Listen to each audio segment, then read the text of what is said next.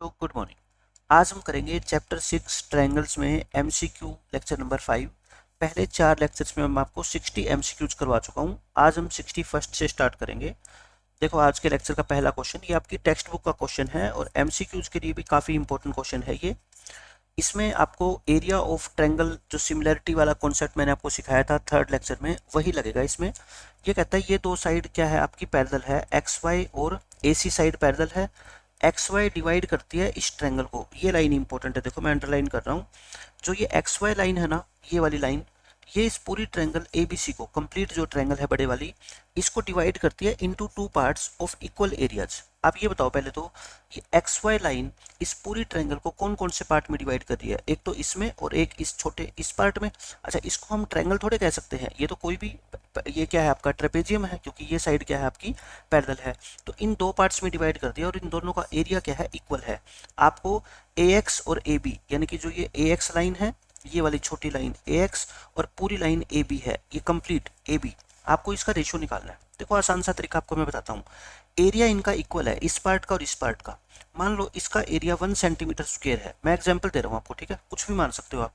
तो इसका एरिया भी तो कितना होगा, 1 सेंटीमीटर स्क्वायर, क्योंकि क्वेश्चन में दे रखा है ना इक्वल एरिया। मैं बात करता हूँ क्या पूरी पूरी ट्रायंगल की। देखो ये ट्रायंगल और ये पूरी बड़ी ट्रायंगल आपस में क्या होती है बच्चों, सिमिलर होती है। जब भी ये साइड क्या होती है आपकी, इसके पैरेलल होती है। मैं बताऊंगा आपको क्यों सिमिलर होती है। तो ये एक, इसका एरिया 1 है, इसका भी 1 है, तो पूरी ट्रायंगल का एरिया कितना हो गया, 2 हो गया ना। पूरी ट्रायंगल का एरिया कितना हो गया, 2। पहले मैं आपको ये बता देता हूँ कि ये छोटे वाली ट्रायंगल, ये वाली ट्रायंगल और पूरी ट्रायंगल ए बी सी ये सिमिलर कैसे है, मैं आपको अभी प्रूव करके दिखा देता हूँ। देखो ये साइड और ये साइड तो आपको गिवन है ना कि पैरेलल है, तो ये सिमिलर कैसे हुई। एक एंगल तो क्या है, कॉमन है। एंगल बी तो मेरे को बताओ कॉमन है क्या, angle B is equal to B. दोनों ट्रायंगल की बात कर रहा हूँ मैं, इस शेडेड वाली की और पूरी बड़ी ट्रायंगल की, ये तो कॉमन है। अच्छा, ये लाइन और ये लाइन पैरेलल है, तो क्या एंगल 1 और एंगल 2 इक्वल होंगे? एंगल 1 और एंगल 2 ये क्या होते हैं आपके कॉरस्पॉन्डिंग एंगल्स होते हैं। इसी तरह से आप ये कह सकते हो कि ये 3 और ये 4 ये भी क्या होते हैं, इक्वल, ये भी कॉरस्पॉन्डिंग एंगल है। हमें तो दो ही प्रूव करने होते हैं, क्योंकि दो एंगल अगर इक्वल हो जाते हैं तो तीसरा तो ऑटोमेटिकली इक्वल हो जाएगा। तो ट्रायंगल कौन कौन सी सिमिलर होगी, क्या आप मेरे को बता सकते हो? ट्रायंगल छोटे वाली, पहले मान लो बी पे कॉमन वर्टेक्स है तो बी लिख दो। फिर ये छोटे वाली ट्रायंगल पे वाई लिख दो, क्योंकि एंगल 1 वाई पे बना हुआ है, ये 2 सी पे बना हुआ है, तो यहाँ सी लिख दो। अब इसके लिए ए बच गया, पी वाई इसके लिए क्या बच गया, एक्स बच गया। बस ये दो ट्रायंगल क्या होती है बच्चों, सिमिलर। ये मैंने प्रूव कर दिया। और सिमिलर ट्रायंगल है तो मैंने आपको एक थ्योरम बताई हुई है कि इनकी एरिया का रेशो, आप मेरे को बताओ, पी वाई एक्स जो ये ऊपर वाली ट्रायंगल है और जो पूरी बड़ी वाली ट्रायंगल है ए बी सी लिख दो या बी सी ए लिख दो, उससे कोई खास फर्क पड़ता नहीं है, ठीक है, क्योंकि एरिया का रेशो ले रहे हैं। एरिया का रेशो किसके इक्वल होता है, इनकी जो साइड का रेशो होता है ना उसके स्क्वायर के इक्वल होता है। मैंने आपको बताया हुआ है क्या होता है बच्चों, इनकी साइड के स्क्वायर के रेशो के इक्वल होता है। अब इसकी साइड, मैं मान लो एरिया का रेशो आप मेरे को बताओ कितना है इस क्वेश्चन में, रेशो ऑफ एरियाज कितना रेशो आप बता सकते हो? इस ट्रायंगल का एरिया कितना था, 1 था। इसका भी एरिया कितना है, 1।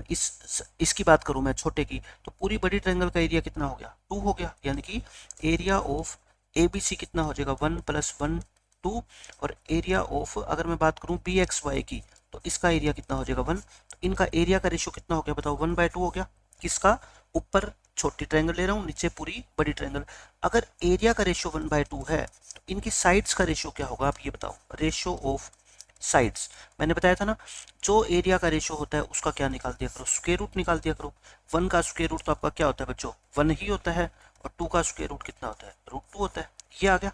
इसका मतलब ये मैं कह रहा हूँ कि अगर छोटी ट्रायंगल की साइड 1 है तो उसकी कोरस्पॉन्डिंग बड़ी ट्रायंगल की साइड कितनी होगी, √2 होगी। अब बताना मेरे को, ये चाहिए, ये छोटी ट्रायंगल है यहाँ से यहाँ तक है ना, ये साइड में मान लेता हूँ कितनी है बच्चों, 1 है। तो √2 आप मेरे को बता दो कौन सी होगी। √2 आप कहोगे जी फिर ये बड़ी ट्रायंगल होगी, क्योंकि इसकी कोरस्पॉन्डिंग में यही तो साइड है। ये कितनी होगी, √2। ये छोटी 1, ये पूरी √2, तो ये कितनी होगी आपकी, √2 - 1 होगी। पूरी बड़ी √2 में से 1 घटा दो तो ये बच जाएगी ना। तो बस यही इसके अंदर कॉन्सेप्ट लग रहा है। ये साइड कितनी आ गई बच्चों, 1। ये कितनी आ गई पूरी बड़ी, √2। तो ये छोटी वाली साइड यानी कि ए से लेके एक्स, ये कितनी आ गई, कंप्लीट √2 में से ये वाला पार्ट 1 हटा दो, बाकी ये बच गई। अब देखना आपको निकालना क्या है क्वेश्चन में। आपको निकालना है ए एक्स अपॉन ए बी। ए से लेके एक्स कितनी है, √2 - 1, और अपॉन ए बी यानी कि पूरी पूरी साइड कितनी है बच्चों, √2। ये आपका आंसर आ गया। लेकिन ऑप्शन के अंदर कोई ऐसा आंसर है ही नहीं। ऑप्शन में आप क्या करो, नीचे √2 ना छोड़ो, है ना, तो क्या करो, इसको √2 से मल्टीप्लाई कर दो, √2 से क्या कर दो, डिवाइड कर दो।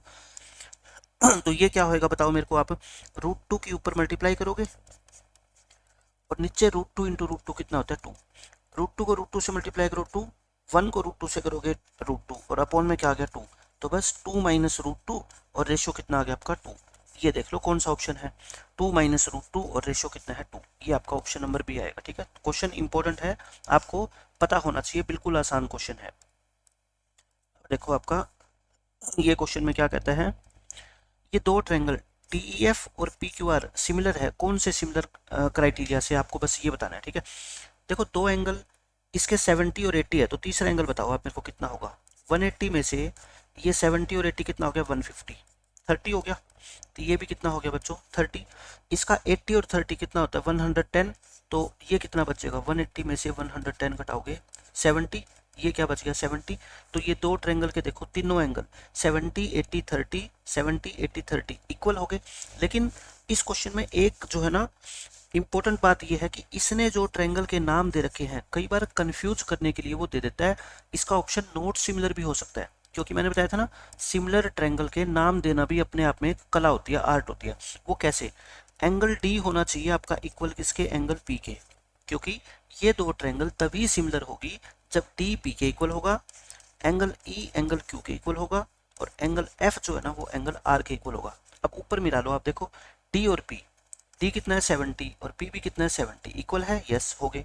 ई और क्यू देखो, ई कितना है 80 और क्यू भी कितना है 80, तो तीसरा तो अपने आप ही हो जाएगा। तो ये कौन से क्राइटेरिया है आपका, ए है ना, क्योंकि तीनों एंगल इक्वल है, तो यही आपका सिमिलरिटी क्राइटेरिया लगता है। क्वेश्चन खत्म। अब देखो ये काफ़ी इंपॉर्टेंट क्वेश्चन है, और इस तरह के दो क्वेश्चन मैं आपको कराऊंगा आज। इसमें बिल्कुल आसान, आपको ट्रिपलेट यूज करना आना चाहिए। आपको एनपी साइड निकालनी है, देखना एन से लेके पी ये साइड निकालनी है, पूरी बड़ी निकल जाएगी। आप मेरे को ये बताओ, ये छोटी ट्रायंगल की बात कर रहा हूँ मैं, इसकी शेडिड की, ठीक है। ये राइट ट्रायंगल है, राइट ट्रायंगल क्यों, क्योंकि ये एंगल कितना दे रखा है आपको, 90 डिग्री दे रखा है, ये वाला एंगल। राइट ट्रायंगल में अगर आपको दो साइड दे रखी हो तो तीसरी साइड कैसे निकालते हो, पाइथागोरस थ्योरम से। लेकिन अगर आपको ट्रिपलेट यूज करने आते हैं तो पाइथागोरस थ्योरम की यूज करने की जरूरत ही नहीं है। देखो एक साइड कितनी है 12, एक 16, 90 के सामने वाली साइड क्या होती है, हाइपोटेन्यूज होती है ना, ये निकालनी है। अगर निकालना चाहते हो तो निकाल लो। एच स्क्वायर किसके इक्वल होता है, इस 12 का स्क्वायर, सॉरी एच किसके इक्वल होता है, 12 का स्क्वायर प्लस 16 का स्क्वायर, है ना। ये 400 आ जाएगा, यानी कि 20 आ गया। ये कितना आ गया 20, ये साइड कितनी आ गई आपकी 20। और सीधा ही कैसे निकाल सकते थे आप, मेरे को ये बताओ, ये 3 है ये 4 है, तो ये कितनी होती है 5 होती है क्या। अब ये 3 नहीं है ये 12 है, तो मतलब ये भी 4 टाइम्स है और ये भी 4 टाइम्स है, तो ये भी 4 टाइम्स होगी। क्योंकि देखो ये 12 है और ये आपको 16 दे रखी थी, तो ये कितनी हो जाएगी 20। पता लग गया ना, सीधी 20। अब एक साइड 20 एक साइड 21, और ये एंगल कितना है 90 डिग्री का है, और 90 डिग्री के सामने वाली साइड को हम क्या बोलते हैं, हाइपोटेनस। पूरी बड़ी ट्रायंगल की बात कर रहा हूँ मैं, MNP की, ठीक है। हाइपोटेनस बता सकते हो आप मेरे को कैसे निकालोगे, देखो एक साइड 20 एक साइड 21, तो हाइपोटेनस कितना होता है इसका 29। याद रख लो, क्योंकि ये मैंने ट्रिपलेट आपको बताया हुआ है, यूज कम होता है बट याद रखो। निकालना चाहो तो निकाल भी लो। एच स्क्वायर किसके इक्वल होता है 20 का स्क्वायर और प्लस में 29 का स्क्वायर। 20 का स्क्वायर होता है बच्चों कितना 400, और सॉरी ये 29 नहीं है 21 है ना। 21 का स्क्वायर होता है 441, 841, और 841 होता है आपका 29 इंटू 29। एच कितना आ जाएगा 29 आ जाएगा। आपको यही निकालनी थी 29। तो बस आपको क्या करना है बच्चों, ट्रिपलेट यूज करना है, और क्वेश्चन में कुछ भी बात नहीं है। अच्छा अब एक बात और है, आपको ये 29 ना भी पता लगे तब भी क्वेश्चन आसान है। देखो इसका स्क्वायर कितना आ रहा है 841, इनमें से किस नंबर का स्क्वायर आप करोगे कि लास्ट में 1 आ जाए, 9, 9 इंटू 9, 9 9 जा 81, लास्ट में 1 आ रहा है ना। इसके लास्ट में 5 आएगा, इसके लास्ट में 3 इंटू 3 कितना आएगा 9 आएगा, इसके लास्ट में 5 आएगा। मतलब कि एग्जाम में अगर यही ऑप्शन आ गए तो आपको सोल्व करने की भी जरूरत नहीं है। 1 लास्ट में किसके आएगा, बस 9 के लास्ट में आएगा, है ना। 9 9 जा 81, तो यूनिट डिजिट कितना होगा 1 होगा। ऐसे ही सेम क्वेश्चन देखो ये है, इसमें आपको वही, ये एंगल 90 है और ये एंगल 90 है, सारी साइड से आपको दे रखी है और ये निकालनी है आपको क्या, पी के। ये पी से लेके के, कौन सी है, पी के, ये पी के छोटी सी साइड ये वाली।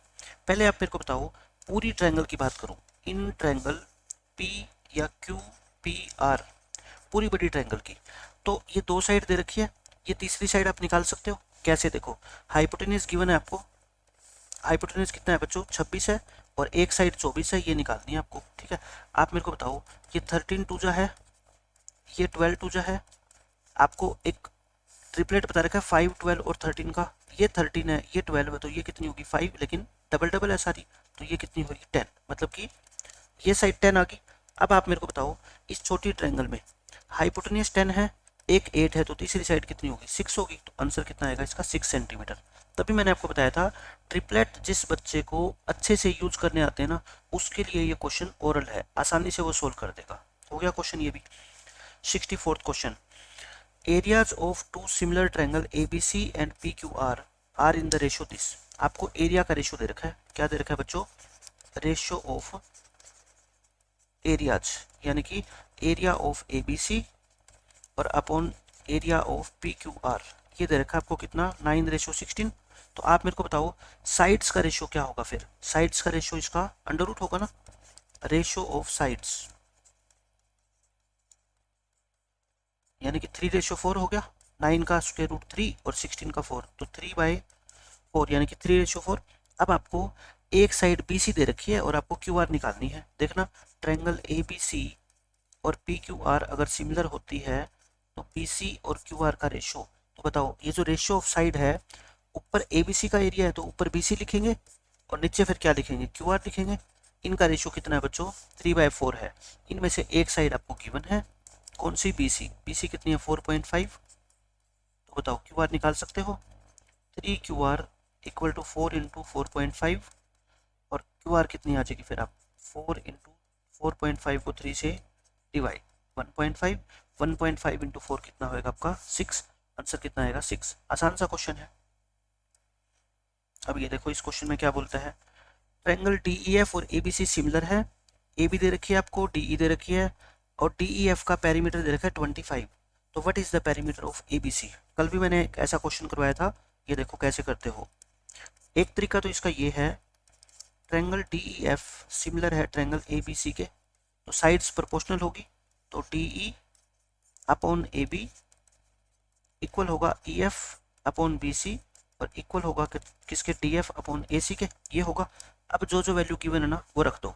देखो AB कितना 9.1, AB को बाद में पुट करेंगे, चलो DE कितना है 6.5, AB कितना है 9.1, EF देखना कहीं है क्या, EF कहीं पे भी नहीं है, EF नहीं है अपना, BC भी कहीं पे भी नहीं है, सिर्फ अपने को साइड ही दे रखी है ना, साइड ही अपने को 2 दे रखी है। तो आप मेरे को बताओ फिर बाकी साइड कहाँ से लेके आए, क्योंकि अपने को 2 साइड दे रखी है और पेरीमीटर दे रखा है अपने को DEF का, ये ट्रायंगल है DEF और इसका पेरीमीटर कितना है बच्चों 25 है, और इन साइड्स का रेशियो, इन ट्रायंगल की साइड्स का रेशियो DE और AB का रेशियो देखो कितना है, मैं पॉइंट से पॉइंट हटा देता हूँ, 13/5 जा 13/7 जा, साइड्स का रेशियो कितना है 5:7। अब मैं आपको एक बहुत इंपॉर्टेंट कॉन्सेप्ट लिखवाने जा रहा हूँ, आप उसको नोट कर लो, ये बहुत इंपॉर्टेंट है। मान लेते हैं दो ट्रायंगल सिमिलर है, ट्रायंगल ABC ये सिमिलर है ट्रायंगल PQR के, ठीक है, ये है। मैं ये कहना चाहता हूँ आपको, जो इनकी साइड्स का रेशियो होता है AB और PQ का जो भी रेशियो है, यहाँ पे कितना है बताओ, ये रेशियो 5/7 है ना, ये कितना है 5/7 है। इनकी जो भी साइड्स का रेशियो होता है ना, वही रेशियो होगा क्या इनके पेरीमीटर्स का, वही रेशियो होगा क्या बच्चों इनके पेरीमीटर्स का। देखो एरिया का रेशियो तो क्या होता है, साइड का जो भी रेशियो होता है उसका स्क्वायर के इक्वल होता है, लेकिन पेरीमीटर का रेशियो क्या होता है, जो भी साइड का रेशियो होता है उसी रेशियो में उन ट्रायंगल का पेरीमीटर्स होगा। ट्रायंगल क्या होनी चाहिए आपकी, सिमिलर। मैं एक एग्जांपल देता हूँ आपको, देखो ये एक छोटी ट्रायंगल बनाता हूँ, ये एक बड़ी ट्रायंगल, दोनों राइट ट्रायंगल बना रहा हूँ मैं, ये 3 है, ये 4 है, ये 5 है, इसको मैं डबल कर देता हूँ, ये 6 है, ये 8 है, 10 है, तो ये ट्रायंगल क्या है, सिमिलर है। क्यों, क्योंकि साइड्स का रेशियो सेम है। इसका पेरीमीटर बताना, तीनों साइड को जोड़ो, 3 + 4 + 5 12 हो गया। इसका पेरीमीटर 8 + 6 14 14 प्लस 10 कितना आ गया 22। आप मेरे को बताओ इनकी साइड में कैसा रिलेशन है, डबल का, ये डबल है तो पेरीमीटर भी क्या है, देखो डबल आया ना।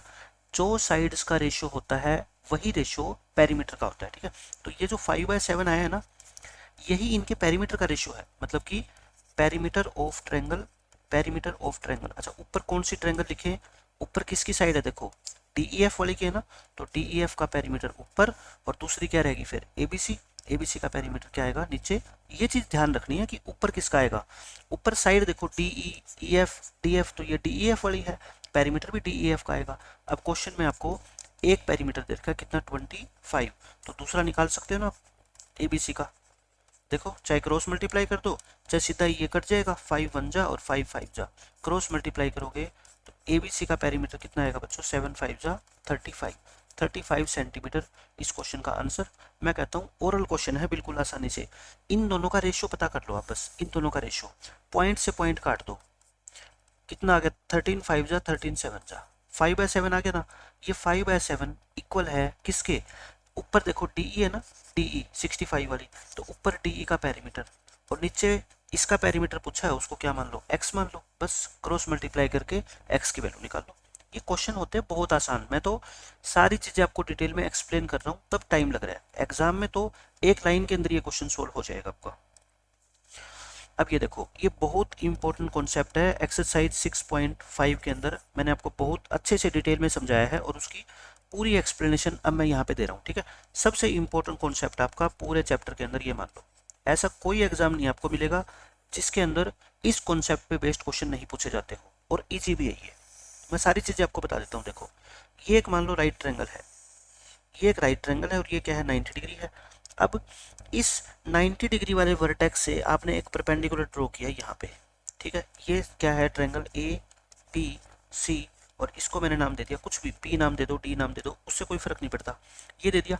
अब मैंने आपको क्या बताया हुआ है, एक तो ये ट्रायंगल मान लो T1 ऊपर वाली ट्रायंगल, एक ये ट्रायंगल T2 और एक ये पूरी बड़ी ट्रायंगल ABC, ये तीनों क्या होती है सिमिलर होती है, T1 T2 and the whole triangle and the whole triangle are similar, ये तीनों आपस में सिमिलर होती है, ठीक है। मैं बात करूं कि ट्रायंगल 1 और ट्रायंगल 2 आपस में सिमिलर होती है, ट्रायंगल 1 पूरी बड़ी ट्रायंगल के सिमिलर होती है, ट्रायंगल 2 पूरी बड़ी ट्रायंगल के सिमिलर होती है, मैंने सब कुछ आपको बताया हुआ है, ठीक है। सबसे इंपॉर्टेंट क्या होता है, इनके नाम, इनके नेम्स कैसे रखें वो मैं एक बार आपको और सिखा देता हूँ कि इन ट्रायंगल्स के नाम कैसे रखें। वैसे मैंने जब चैप्टर 6 आपको पूरा पढ़ाया है वहाँ पे लेक्चर नंबर 10 देख लेना, उसमें पूरी डिटेल में मैंने एक्सप्लेनेशन कर रखी है, लेकिन उन्हीं सब चीज़ों को मैं अब शॉर्ट फॉर्म में बता रहा हूँ।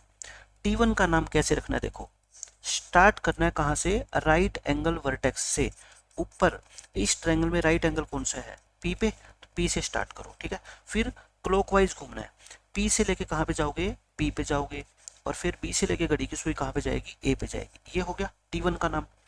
T2 का नाम क्या होगा, T2 का ध्यान से सुनो, सेम वही कहानी, स्टार्ट कहाँ से करेंगे राइट एंगल वर्टेक्स से और फिर क्लॉकवाइज, P के बाद घड़ी की सुई कहाँ पे जाएगी C पे और C के बाद कहाँ जाएगी B पे, ये हो गया T2 का नाम। अब आता है बात किसकी, पूरी बड़ी ट्रायंगल का नाम, होल ट्रायंगल। इसमें भी क्या करते हैं, राइट एंगल वर्टेक्स से स्टार्ट करते हैं B से, लेकिन एंटी क्लॉकवाइज घूमना है, B से घड़ी की सुई जाएगी C पे और C से जाएगी बच्चों कहाँ पे A पे। तो बस ये तीन आपको क्या है इस तरह से नाम याद रखने हैं, नाम हो गए। अब आप मेरे को बताओ ये दो ट्रायंगल आपस में सिमिलर होती है, ये T1 इसके भी होती है और T2 इसके भी होती है, कैसे भी कुछ भी यूज कर लो, ठीक है। अब जो सबसे इंपॉर्टेंट कॉन्सेप्ट है, एक तो मैंने नाम दे दिए आपको, ठीक है। अब मैं आपको बताना चाहता हूँ रिलेशंस, 3 रिलेशंस होते हैं, 3 relations in terms of squares, in terms of squares. अगले पेज पे मैं दोबारा बताऊंगा इनको, पहले मैं यहाँ पे आपको लिख के दिखा रहा हूँ।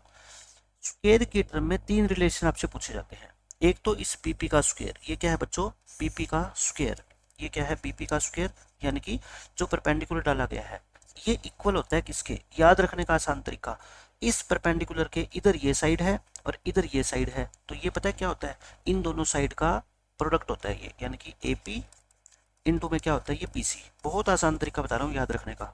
इस बीच वाले परपेंडिकुलर का स्क्वायर किसके इक्वल होगा, दिस इंटू दिस। हो गया।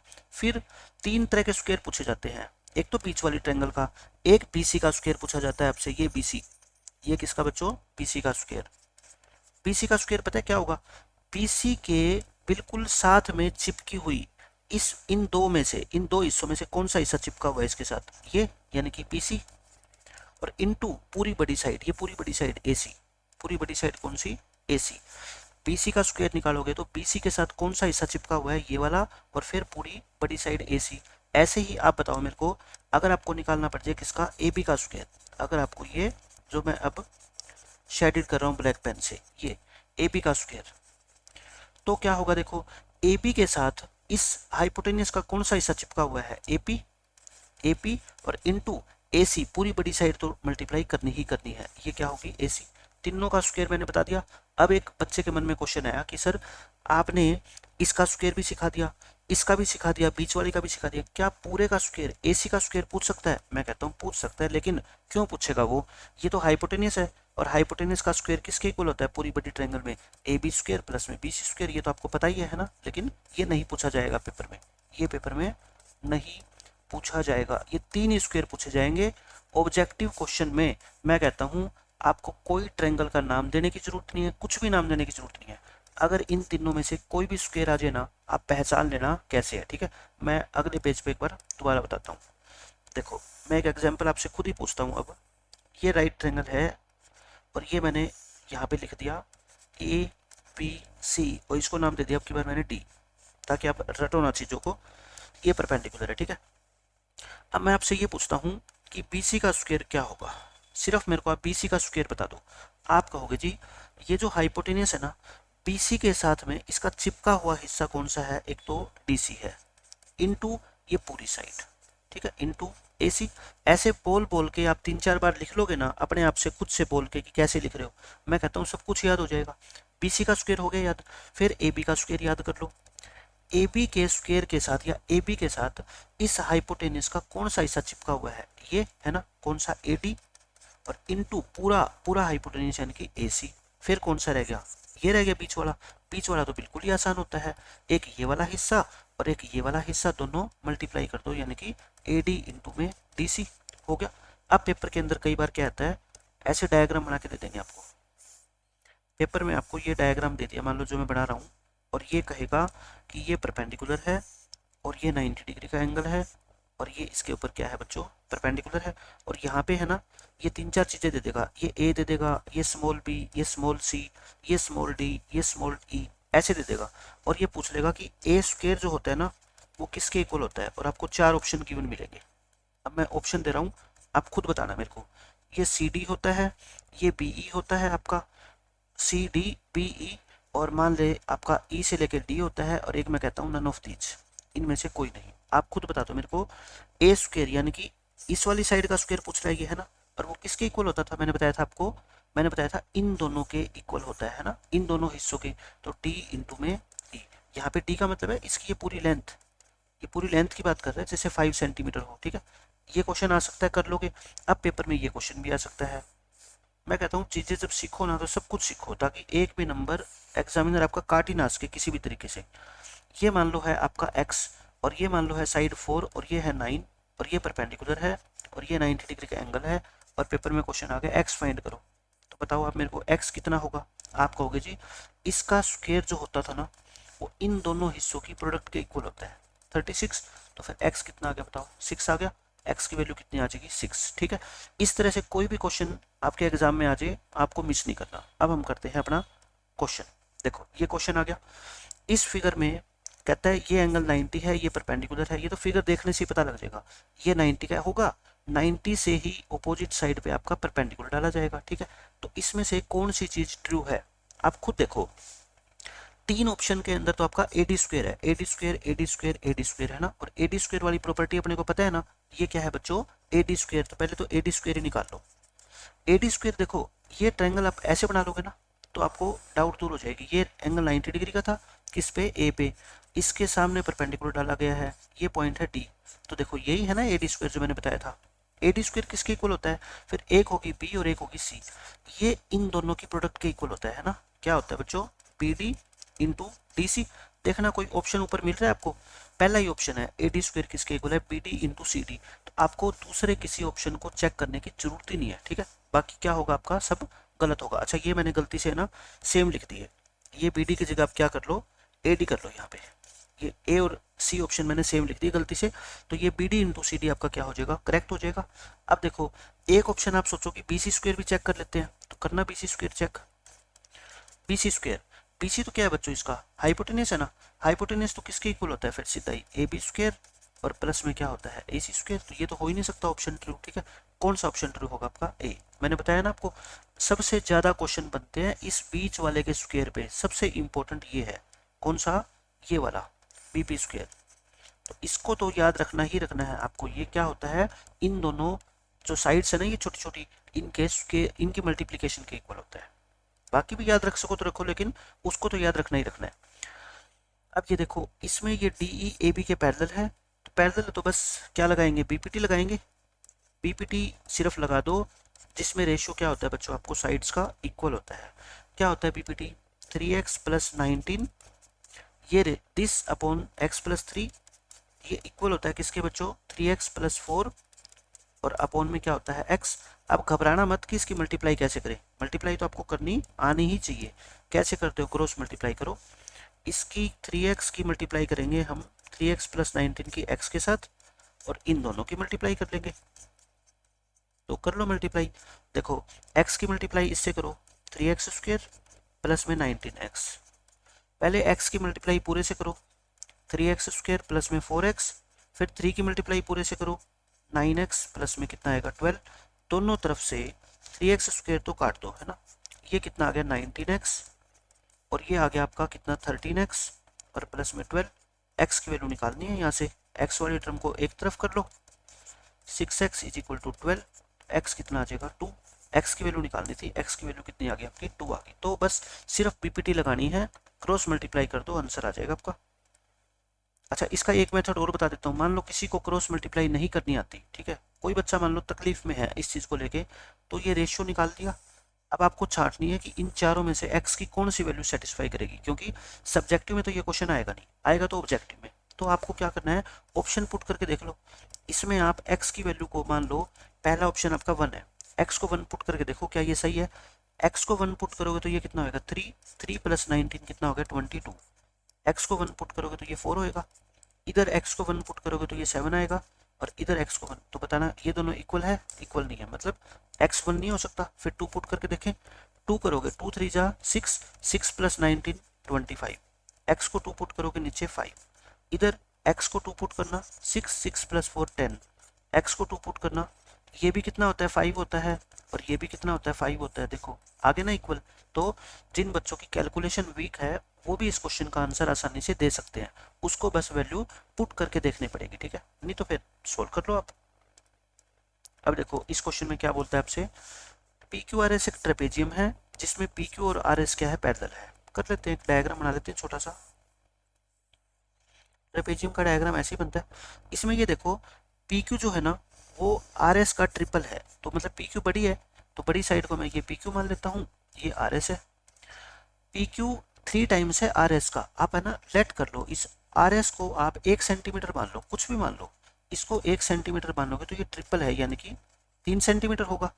और इसके डायगोनल क्या करते हैं बच्चों, ओ पे बाइसेक्ट करते हैं। ये लो बाइसेक्ट करवा दो डायगोनल्स को, ये ओ पे क्या करते हैं, बाइसेक्ट करते हैं, सॉरी बाइसेक्ट नहीं करते, मीट करते हैं। Find the ratio of the areas of triangle P O Q, कौन सी है पी ओ क्यू, ये वाली ट्रायंगल, और आर ओ एस यानी कि ये वाली ट्रायंगल। मैंने कल भी आपको बताया था ये दो ट्रायंगल क्या होती है, सिमिलर होती है। These two triangles are always similar, ये क्या होती है बच्चों, सिमिलर होती है ना। और सिमिलर ट्रायंगल में अगर आपको साइड्स का रेशियो पता हो तो क्या उनके एरिया का रेशियो नहीं निकाल सकते, बिल्कुल आसानी से निकाल सकते हैं। तो एरिया ऑफ क्या निकालना है आपको, पी ओ क्यू, रेशियो तो चाहिए आपको, और upon area of R O S क्या होता था बताओ, जो इनकी साइड का रेशियो होता है ना उसका स्क्वायर कर दो। लेकिन ध्यान क्या रखना है बच्चों, ये P Q triangle PO Q ऊपर है तो इसकी साइड भी ऊपर ही आएगी, है ना, 3। आर ओ एस तो आर एस नीचे आएगी, और इसका क्या करना है आपको, स्क्वायर 9/1 यानी कि 9:1 आ गया इसका आंसर। आसान सा क्वेश्चन है बस। अब देख लो 69 क्वेश्चन। इसमें भी आपका वही जो है ना थ्योरम लगेगी। ये दोनों साइड क्या है आपकी, पैरेलल है। आपको रेशियो निकालना है एडीई का और टीईसी, लेकिन ये इंपॉर्टेंट है क्वेश्चन क्योंकि इसमें ट्रायंगल का एरिया नहीं पूछा। टीईसीपी कौन सी है, टीईसीपी ये नीचे वाली ट्रेपेजियम है, ठीक है। ये ट्रेपेजियम क्यों बोलता हूँ मैं इसको, क्योंकि ये साइड और ये साइड पैरेलल है, तो फिर ये क्या बनेगी, 100% ट्रेपेजियम ही बनेगी ना। आपको इसका निकालना है एरिया का रेशियो। मैं कहता हूँ एक बार हम सीधा एरिया का रेशियो नहीं निकाल सकते। मैंने आज के लेक्चर में ही आपको बताया है कि ये ऊपर वाली जो छोटी ट्रायंगल होती है, ये ट्रायंगल, और जो पूरी ट्रायंगल होती है ए बी सी, ये दोनों आपस में क्या होती है, सिमिलर होती है। मैंने बताया था ना आपको, triangle A D E and triangle कौन सी, A B C are always similar. ये चीज़ें तो आप नोट कर लिया करो पॉइंट बना के। सिमिलर क्यों होती है मैंने आपको बताया था, क्योंकि ये एंगल कॉमन होता है, ये एंगल इसके इक्वल होता है, कॉरेस्पॉन्डिंग एंगल है ना, और ये एंगल इसके इक्वल होता है। तो एंगल एंगल एंगल प्रॉपर्टी से ट्रायंगल सिमिलर होती है। सिमिलर ट्रायंगल होती है तो आप बताओ इनके एरिया का रेशियो निकाल सकते हो ना, क्यों, क्योंकि इनका साइड का रेशियो दे रखा है। छोटी ट्रायंगल की साइड 6 है, बड़ी ट्रायंगल की साइड कितनी है, 12 है। तो आप मेरे को बताओ, so area of triangle A D E upon area of triangle आपका कौन सा, ए बी सी। अभी इसको भूल जाओ आप, ठीक है, पहले तो ट्रायंगल का ही निकालो आप। क्या होता है बताओ, इनकी साइड का जो रेशियो है, इसकी साइड 6 है और इसकी साइड 12 है, इसका क्या करते हैं हम, स्क्वायर करते हैं। तो 6/12 का करो 1/2 करो पहले तो काट के, और 1/2 का स्क्वायर क्या होता है आपका 1/4। कहने का मतलब ये है बच्चों कि अगर छोटी ट्रायंगल का एरिया 1 है ना, तो बड़ी ट्रायंगल कहती है मेरा एरिया कितना होगा, 4 होगा। कितना होगा बच्चों, 4 होगा। तो मैं मान लेता हूँ इसका एरिया 1 है, इसका एरिया कितना है 1, तो पूरी बड़ी ट्रायंगल का एरिया कितना होगा 4, तो फिर इसका एरिया कितना होगा 3 होगा।